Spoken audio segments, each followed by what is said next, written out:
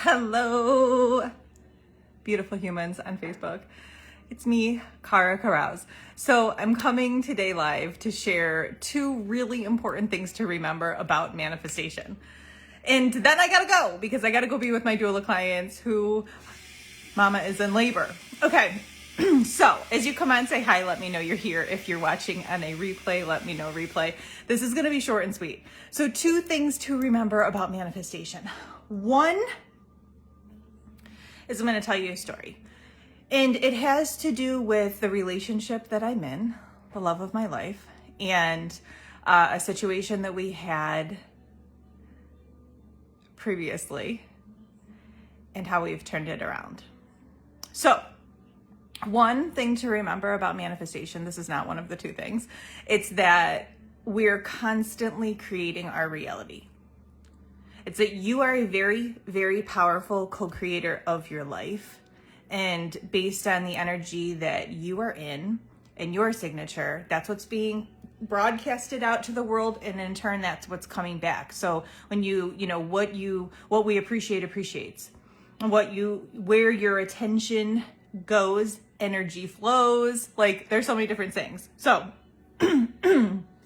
Hey Rachel, hey Sarah. If comments are coming through, I'm not seeing them just yet. I don't know. Sometimes it takes a minute I can't fuck with it to see. I gotta go. I gotta focus on what I'm doing, and then I got to go to be with the baby that's coming. Okay, so we are constantly co-creating our lives, whether you realize it or not. So if you're in this place of worry, you're gonna get more things to worry about. And if you're in this place of love and abundance and receiving, action and receiving, then it's more of that. So, in April,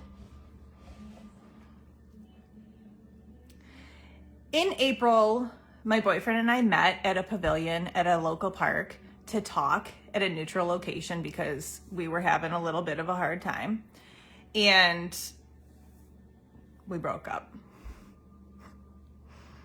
And I knew I was going to be okay no matter what. I mean, I love him. I want to be with him. But we broke up. I set some boundaries, and it was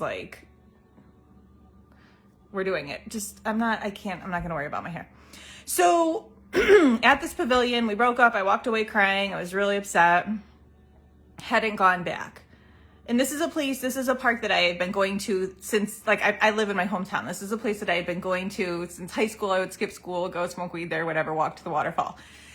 So going back to this place to talk and have this really difficult conversation, it was good morning, Telani. Comments came through, or good afternoon here on the East Coast. So we went to this place, we had this, talk. It didn't go so well at the time, but I knew that ultimately I was going to be okay. And so then now last weekend, we were both doing different things, and Coda's still recovering from his surgery, so he can't be as active, but we could at least still go and be at a park. And Cash, the little maniac, he's 11 months old today, he still needs the activity. So we went back to this same park on Sunday morning. And when we went back to this same park, I stayed and did yoga. I was doing yoga and having a really great time just grounding myself. Coda stayed with me. My boyfriend and Cash, our little maniac, they went off and ran on the trails. And then when they came back, we went back to that same pavilion that we had the talk at where we had broken up months ago. We went back to that same pavilion and we bonded in an entirely different way. We laid out a blanket, we did a meditation together, and just laid in the sun for a few minutes while we just were regrouping and figuring out our next steps for the day. And so, and we talked about it, how this was the last time we were here, and it was okay, so one thing, the first thing that I want you to take away from this video, for those of you watching, tuned in, is that we can rewrite the narrative around how our lives are unfolding. And so there's this meme, or there's this quote that's go back to the places where you've cried. Change the narrative. Go laugh in the places that you've cried. So have a little bit of that in your life. Know that just because something has gone one way this one time, or even multiple times, that you are able to go back and do things differently and think differently about the place and view it differently and allow there to be a different energy around it. And same thing with this like pavilion at the north end of the lake that I live on, where my ex-husband, my boy's dad, and I got married in 2005. I was just down there last weekend because all of like the thing to do with junior prom and senior ball is that all the kids in their like cute little outfits, their dresses and their suits, they go down to this pavilion and they take pictures. So, hi, Sarah. Welcome. I just shared tip number 1 about like, manifesting, and it was that we were able to change the narrative. So these kids go down, they take the picture by the pavilion. That's the pavilion I got married in. And like, how beautiful. And right after my divorce, I remember that or it wasn't a pavilion, it was a gazebo. I remember that I was sitting down by the lake writing, and another couple was there getting married. And I was just like, I felt joy for them. Like I felt really happy for them. I didn't feel jaded. I wasn't like, good luck, like good luck with your marriage. I'm like newly divorced, single mom of like kids who were 3 and 6. I didn't think that. I didn't allow myself to think that. And that was like back in 2011, 2012, the gazebo. Okay, so you are able to change the narrative. That's takeaway number 1. Now, takeaway number 2. These could be 2 separate videos, but they're both coming through me and I really want to share them. Takeaway number 2 also has to do with your manifestations. And so when I was still working my nursing job, I was a pediatric palliative care nurse. I'm a registered nurse, and I was case manager. I went into their homes. I was helping little babies who had cardiac congenital anomalies, feeding issues, awaiting surgery. They had cancer. They were on chemo, and I was getting lab draws. Like there were so many different things that I was doing in the home, and it was draining me. Like it was really, really important work, but it wasn't my sole assignment. So when I was getting ready to leave that nursing position, I had an exit strategy. I planned. I knew I wanted to be in coaching. I knew I wanted to be in, being in this coaching industry, mentorship, helping others deeply heal, helping others feel safe in their bodies, helping others live their lives to their fullest and create a life they love, expand to your fullest expression. Like I knew that's what I wanted to do. And I was getting back to my birth work. So my exit strategy included, daily writing, daily manifestation, really getting in the vibes of being home, living the life that I live now, years later. But getting in the vibes to create this life that I love, I needed something that was going to remind me that everything I was calling in and creating was on its way. Because if you are someone who does live with intention, and you are very conscious in what you're creating and the experiences that you're drawing into your life, then sometimes we can get a little impatient. And we're like, when are they coming? Like, when are my manifestations coming? So, always remember, this is like 5 things to remember, but this is not the main point, but something else to remember is in manifestation, when you're living consciously, you're co-creating your life, the answer is always this or something better. So for me, I always manifestation's been a huge part of my life, more than half my life. Okay, I'm 42. So more than half my life, I've been consciously co-creating this life that I have now, and I continue to co-create the life that I love. And part of what, I would use the analogy of a kitchen. Like you put your order, hi Beaner, you put your order into the cosmic kitchen. Like you're at a restaurant, you order. They go back, they cook it up, and they bring it back out. And we don't doubt that. We don't doubt that is coming. We don't doubt that our food is coming. We know what's happening. It's 1:43. I love you. So we trust that the order is back there being cooked up in the cosmic kitchen. So for me, what helped me remember at the end of my nursing career that my order was being cooked up, that all my manifestations were on their way, that I was in fact moving into, my coaching business from side hustle to what I get to do full time now. That's really like part-time hours. Was every time I saw a delivery truck, like a FedEx or a UPS or like an Amazon truck, like every time I saw a delivery truck, to me, that said to me, okay, my order is on its way. It's like when you order something and you know that it's coming, you order something from Amazon, it's coming, you trust that it's coming, we don't question that it's coming. and then it arrives. And it's like, of course it's here.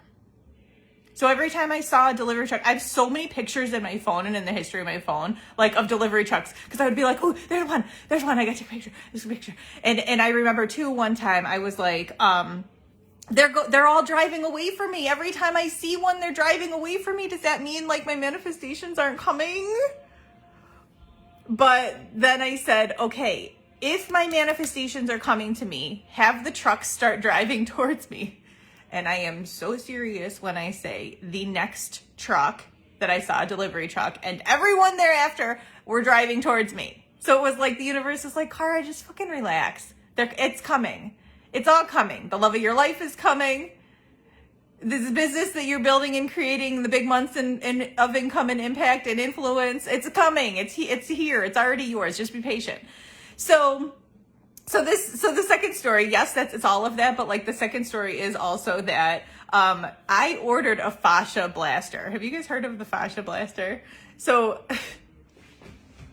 fascia, I'm like, I totally nerd. Okay, good, Sarah. I'm so glad. I literally need to hear this today. Okay, so the fascia blaster, I've never had cellulite. Like I never got stretch marks when I was pregnant with my boys and they were both pretty big. But like I in my older age and with like a little bit less activity, I used to work out like 6 days a week pretty hard. And I kind of backed off a little bit from that. And like in the days that I smoke recreationally, when I smoke weed recreationally, I'm not a drinker, so like I don't care about alcohol. I get the munchies. And so like I've been like, having the munchies and just like a little less activity. So I've noticed that my skin, my thighs have gotten a little dimply. And I'm like, oh, hell no. Like, we are not going down that road. And like, I had heard of the fascia blaster for many times. Have you heard of the fascia blaster? My boyfriend Jason calls it the fascia jammer. But fascia is like the connective tissue we have around everything. It's around our heart. It's around all of our organs. It's around our muscles. It's around everything in our body. It's also said to conduct the energy in our body. And then also it's because it lines up with the meridians, just like traditional Chinese medicine. And also it's said that when the fascia gets like constricted, that's what creates the dimpling in the skin. That it's not so much the adipose tissue, that it's just the tightness. And I have like my yoga practice has I've slacked a little bit, along with like the movement that I haven't been working out as hard. So there's a little bit of dimples, a little bit of cellulite in my skin. So I'm like, no, I'm getting the fascia blaster. Now, it's this tool that you use to like, you're like, you do it on your leg and it like breaks up the fascia, okay? And it's like said to like alleviate cellulite. So I ordered the fascia blaster I think like May 26th or something, and it is now June 9th. And, we're impatient. We're like, I'm like, where's my fascia blaster? Like, it's like weeks are going by and the fascia blaster isn't here yet. And I'm like, okay, I know the fascia blaster is coming. They say, they're usually very fast, but like COVID and, delays and whatever, for whatever reason, sometimes that their production has slowed down. So the other day I got an email like, your order's been shipped and you can track it. Like, this is like the Amazon thing and you can track it. So I go and I look, okay, it's in Illinois. I'm in New York. It's coming. It's on its way. And then I got another notice today, like, it's coming a day early. Like, expect your fascia blaster today. So if only we could, so the fascia blaster hasn't come yet, but it's coming soon. And I likely will document in my stories, like, my progress with it. But this is the reminder. If you are someone who is living with intention, you're consciously co-creating your life, you're manifesting, you write out your new moon intentions, you know how you want to feel in your life, trust that your manifestations are on their way. Just like we can, imagine if we could look at our manifestations, everything that we've written out, and we could like go look in a tracker. Where are they in progress? Like, where are, all of my future clients? Like, where I get so many messages, I can't wait to work with you. Okay, so I'm like trusting everyone's on their way. My wait list is I'm almost to the wait list point. I have 2 spots open for private coaching right now, private mentoring. But so I'm like, trust, like if we could look and go, where are they in the whole scheme of things? And know that like they're getting incrementally closer, just like my fascia blaster is on its way closer to me. If we could do that, You relax more, you trust more, you surrender more. Oh yeah, all that stuff is on its way. This or something better. So those are my two big takeaways for you. And like, I gotta go meet with my clients, my doula clients who are in labor, and my shirt says doula. So like, I gotta go. So the takeaway number one is, in consciously co-creating your life, you are a powerful creator of your reality. You can change the narrative. You can go back and laugh in places where you've cried. You can completely rewrite the script. You can curate your life to be exactly how you want it to be. And the second thing is, trust that everything that you have put out to the universe, all of your heart's desires. I appreciate you too, Sarah. I'm so glad you're here. Trust that all of your desires, everything that you are, okay, I believe it, and then I'm here, and I knew that it would land with someone, and like, I really, like, I gotta go, like, I've gotta be with them now, but I had to come and deliver those two messages. It could have easily been two separate videos, but it needed to come. So I'm so glad it lands with you, and trust that everything is on its way. If you could imagine like a tracker, or like, at Christmas time, and now all the kids have apps and you can track Santa. There's like the Santa tracking app. Oh, look, he's in Iceland now. Oh, he's coming. He'll be here tonight. So like, if you could track, you would trust and surrender. So allow yourself to know this or something better is on its way to you. And in the meantime, sit back, relax, surrender, trust. Okay? I gotta go. Hi, Evelyn. Go. I know, I gotta go. Okay, I hope you have a fabulous Thursday, and I'll keep you posted on when the baby comes. And she's been laboring so well. I've already spoke with her a few times, and they live like an hour away, so they wanted to come get closer to the hospital. So they're closer to the hospital, and they want me to go be with them. The dad's a little antsy, so they're like, come, like, comfort us. And that's what I do. So I'm going to do it. Okay. I love you guys. Thank you for being here. Share this if you feel inclined to share. And I will see you next time. Peace.